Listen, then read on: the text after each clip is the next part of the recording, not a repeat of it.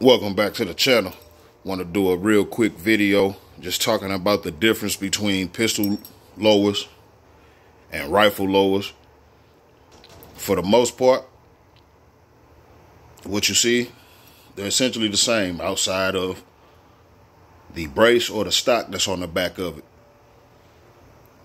With that being said, you definitely don't want to make the mistake of adding a pistol length upper or a short barrel upper to a rifle receiver. Now, some people will say, well, if you just change the stock to a brace, you will be okay. Well, here's where that is wrong.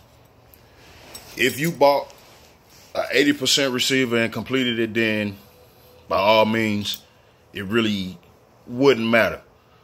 But with these coming from a manufacturer and with the serial number being designated as a rifle, this lower could not be used with a short barrel upper unless you went through the NFA procedures. On the flip side of things, I could literally add this full length rifle upper to this pistol lower and would not be breaking any laws. But if I added that pistol length upper to this rifle lower, that would then be a short barrel rifle.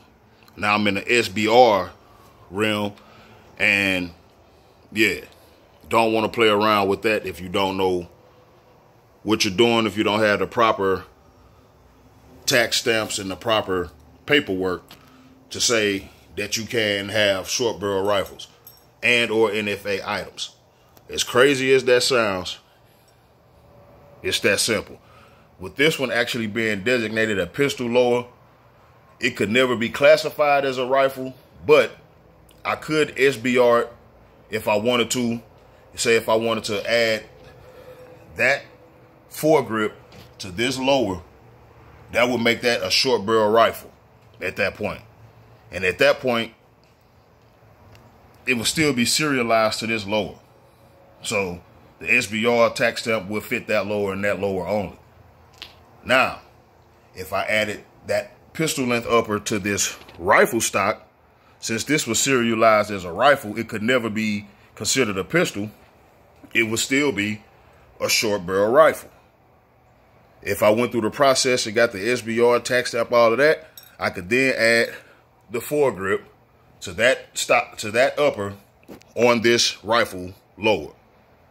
Again, I could add a full length rifle upper to this pistol lower, and it doesn't change the designation or classification. If I add a pistol length or a short barrel to this rifle lower, it changes the classification.